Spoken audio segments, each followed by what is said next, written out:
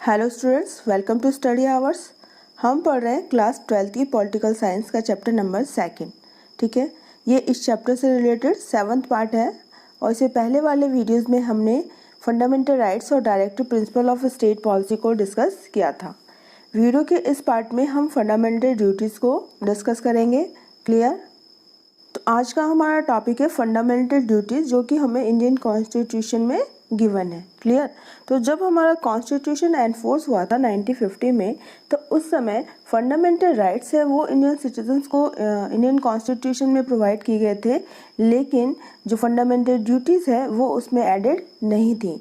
Fundamental duties है वो 42nd amendment 1976 के थ्रू जो हमारे इंडियन कॉन्स्टिट्यूशन है उसमें ऐड की गई हैं, इंक्लूड की गई हैं। ठीक है, और इस तरह से 1976 में 10 फंडामेंटल ड्यूटीज़ हैं वो हमारे कॉन्स्टिट्यूशन के पार्ट 4 ए के आर्टिकल 51 ए में ऐड की गई थी। यानी जब 42nd अमेंडमेंट 1976 हुआ था, इसे Magna carta of Indian constitution भी कहा जाता है या फिर मिनी कॉन्स्टिट्यूशन भी कहा जाता है। ये बहुत ही इम्पॉर्टेंट अमेंडमेंट था during the Indira Gandhi government. Clear? और उसी समय 10 जो फंडामेंटल ड्यूटीज़ हैं वो हमारे इंडियन कॉन्स्टिट्यूशन के सेक्शन 4 ए के आर्टिकल 51 ए में ऐड की गई थी। क्लियर? यानी जब हमारा ओरिजिनल कॉन्स्टिट्यूशन बना था, जब हमारा संविधान 26 जनवरी 1950 को जैसे इन्फोर्स हुआ था, फंडामेंटल ड्यूटीज़ है वो एडेड नहीं थी। क्लियर? तो जैसा कि हम सभी ने देखा कि 42nd अमेंडमेंट 1976 के थ्रू जो 10 फंडामेंटल ड्यूटीज़ हैं वो इंडियन कॉन्स्टिट्यूशन में सिटीजन्स के लिए ऐड की गई थी। और इन फंडामेंटल ड्यूटीज़ को कॉन्स्टिट्यूशन में ऐड करने का जो एडवाइस है, जो सजेशन है, उसके लिए कमेटी है फॉर्म हुई थी और उस कमेटी का नाम था स्वर्ण सिंह कमेटी। यानी स्वर्ण सिंह कमेटी, ये बहुत ही इंपॉर्टेंट है, आपको याद रखना है कि स्वर्ण सिंह कमेटी के सिफारिश पे या सजेशन पे जो 10 फंडामेंटल ड्यूटीज़ है वो इंडियन कॉन्स्टिट्यूशन में बाय द 42nd अमेंडमेंट 1976 में ऐड की गई थी। क्लियर? ओरिजिनली हम बातें करें तो फंडामेंटल ड्यूटीज़ हैं वो बढ़ा दी गई, 11 कर दी गई। और जो 11th वाली जो फंडामेंटल ड्यूटीज़ हैं वो 86 अमेंडमेंट 2002। ठीक है, 86 अमेंडमेंट 2002 को हम पहले वाली वीडियो में भी कई बार डिस्कस कर चुके हैं, जो कि राइट टू एजुकेशन है।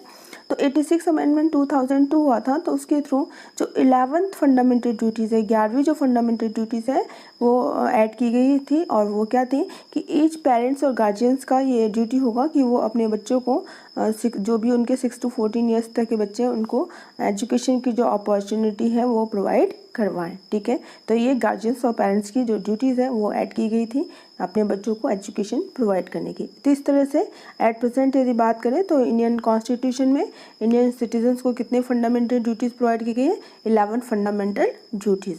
अब each and every fundamental duties को हम डिस्क्राइब करेंगे। तो सबसे पहली जो फंडामेंटल ड्यूटीज़ है इंडियन सिटीजन्स की वो क्या है? It shall be the duty of every citizen. यानी एवरी सिटीजन की ड्यूटी है। क्या ड्यूटी है? To abide by constitution and respect its ideals and institution, the national flag and the national anthem. यानी जो constitution, to abide by the constitution, जो भी संविधान हमारा बना हुआ है उसको क्या करना? उसको फॉलो करना, उसकी रेस्पेक्ट करना, उसका पालन करना। ठीक है, और इसके साथ साथ ही हमारे जितने भी आइडियल्स हैं या फिर इंस्टीट्यूशंस हैं, ठीक है, नेशनल फ्लैग है, नेशनल एंथम है, उनकी रेस्पेक्ट करना, ये ईच एंड एवरी जो इंडियन सिटीजन्स है यानी हमारा ये कर्तव्य है। क्लियर? सेकेंड फंडामेंटल ड्यूटीज़ है to cherish and follow the noble ideals which inspired our national struggle for freedom. यानी जो भी हमारे नोबल आइडियल्स हैं जिन्होंने कि हमारे नेशनल स्ट्रगल ऑफ फ्रीडम को इंस्पायर किया था, उन सारे नोबल्स आइडियल्स को चेरिश करना और फॉलो करना, यानी उनको बनाए रखना और इसके साथ ही उनको फॉलो करना। जैसे कई बार हम देखते हैं कि हमारा जो भी जैसे हमारा नेशनल फ्रीडम जो स्ट्रगल था उसके बहुत सारे जो स्लोगन है लाइक वंदे मातरम, ठीक है, और भारत माता की जय, तो उन सबको हम क्या करते हैं? उन सबको फॉलो करते हैं और चेरिश करना, ये हमारा क्या है? ड्यूटी है। नेक्स्ट फंडामेंटल राइट्स है to uphold and protect the sovereignty, unity and integrity of India. यानी ईच एंड एवरी जो इंडियन सिटीजन्स है उसकी ये ड्यूटी है कि वो अपने देश की यानी हमारे इंडिया की सॉवरेनिटी, यूनिटी और इंटीग्रिटी को प्रोटेक्ट करे, यानी उसकी रक्षा करे और उसे टू अपहोल्ड यानी बनाए रखे। यानी कोशिश करनी है कि हमारी सॉवरेनिटी, यूनिटी और इंटीग्रिटी को किसी भी तरह का कोई भी जो खतरा है वो नहीं होना चाहिए। क्लियर? नेक्स्ट हमारा फंडामेंटल राइट्स है to defend the country and render national service when called upon to do so, यानी हम देश की रक्षा करें और जब भी इसकी ज़रूरत पड़े, जब भी हमें बुलाया जाए तो हम देश की जो सेवा है, सर्विस है, वो करने के लिए तैयार रहें, यानी नेशनल सर्विस के लिए तैयार रहें और अपने देश की क्या करें, रक्षा करें, ठीक है, by each and every danger condition. Next हमारी जो फंडामेंटल ड्यूटीज़ है each and every Indian citizens की, तो जैसा कि हमें पता है कि India is a country of diversities, ठीक है। यहाँ पे रिलीजियस बात करें यानी धर्म से संबंधित, भाषा या फिर रीजनल क्षेत्रीय और शैक्षणिक डाइवर्सिटीज़ हैं। तो इन सारी डाइवर्सिटीज़ को परे रखते हुए हम आपस में एक दूसरे के साथ जो स्पिरिट ऑफ कॉमन ब्रदरहुड यानी भाईचारे की भावना है, या टू प्रमोट हारमोनी मतलब जो भी आपस में सद्भावना की भावना है उसको प्रमोट करें, और इसके साथ ही to renounce practices derogatory to the dignity of women, और वो सारी जो प्रैक्टिसेस हैं, वो सारी जो प्रथाएं हैं जिससे किसी जो वुमेन है उसकी जो डिग्निटी है, सम्मान है, वो कम होता है, तो उन सबको हम क्या करें, उन सबको रिनाउंस करें, उन सबको गिव अप करें, उन सबको त्याग दें, छोड़ दें। क्लियर।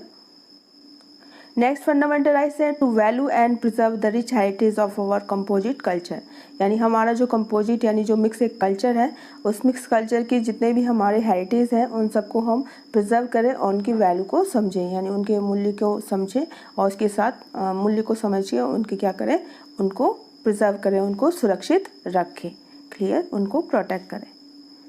नेक्स्ट फंडामेंटल राइट्स है to protect and improve the natural environmental including forest, lakes, rivers, wild life and to have compassion for living creatures, यानी हमारे जितने भी नेचुरल एनवायरनमेंट से रिलेटेड जो चीज़ें हैं, लाइक फॉरेस्ट है, लेक्स हैं, रिवर्स हैं या वाइल्ड लाइफ है, उन सबको क्या करें, उन सबको हम प्रोटेक्ट करें और इम्प्रूव करें, और इसके साथ साथ ही जितने भी लिविंग क्रिएचर हैं, जितने भी जो प्राणी हैं, उनके लिए हमारे अंदर कौन सा फीलिंग होना चाहिए, कंपैशन यानी दया का भाव होना चाहिए, जियो और जीने दो की फीलिंग होनी चाहिए।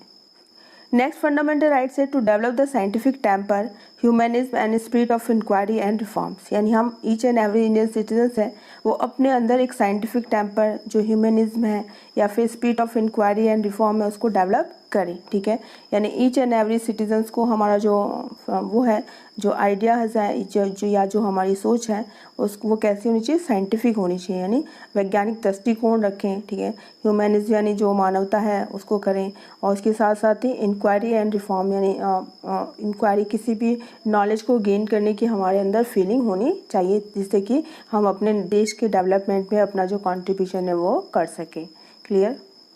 नेक्स्ट है to safeguard public property and to एड्योर वायलेंस, यानी हम जो भी हमारी पब्लिक प्रॉपर्टी है, लाइक पार्क्स है, ठीक है, हॉस्पिटल्स हैं या जो भी पब्लिक हैं, जो पब्लिकली यूज़ किए जाते हैं, रेलवे स्टेशंस हैं या फिर रोड्स हैं, ठीक है, इन सबको हम क्या करें, प्रिजर्व करें, सेफ गार्ड उनको सुरक्षित रखें एंड एड्योर वायलेंस, और जो हिंसा है उससे दूर रहें। क्लियर। नेक्स्ट फंडामेंटल ड्यूटीज़ है कि जो भी हम पर्सनल या फिर जो कल्चरल लेवल पे हैं, तो ईच एंड एवरी जो फील्ड है उसमें आगे बढ़ने की कोशिश करें, और इसके साथ साथ ही जो हम ये भी कोशिश करें कि जो हमारी कंट्री जो हमारा देश है वो भी कंटिन्यूअस डेवलपमेंट और जो न्यू अचीवमेंट्स हैं उनको अचीव कर सकें, यानी हमारी कोशिश होनी चाहिए कि हम जो भी कल्चरल या फिर पर्सनल जो एक्टिविटीज़ हैं उन सभी में पार्टिसिपेट करें, जिससे कि हमारा जो देश है वो कंटिन्यूटी आगे प्रमोट हो सके और डेवलप हो सके और न्यू जो अचीवमेंट्स हैं उनको अचीव कर सके।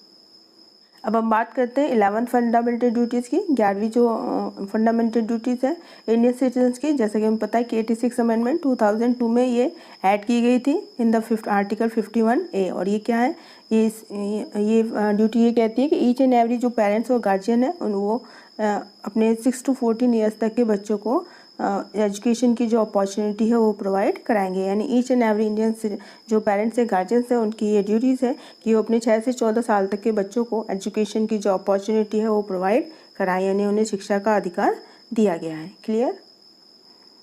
तो स्टूडेंट्स ये थे हमारे फंडामेंटल ड्यूटीज़ जो कि हमारे कॉन्स्टिट्यूशन के पार्ट 4A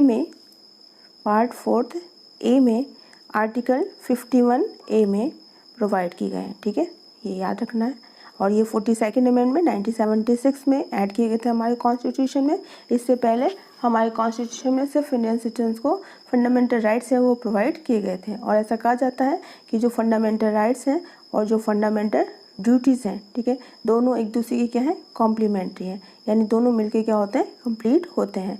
फंडामेंटल राइट, किसी न किसी का जो फंडामेंटल ड्यूटीज़ है वो किसी दूसरे का क्या होता है, फंडामेंटल राइट्स होता है। क्लियर। और जब ओरिजिनल कॉन्स्टिट्यूशन बना था तो 10 फंडामेंटल राइट्स थे।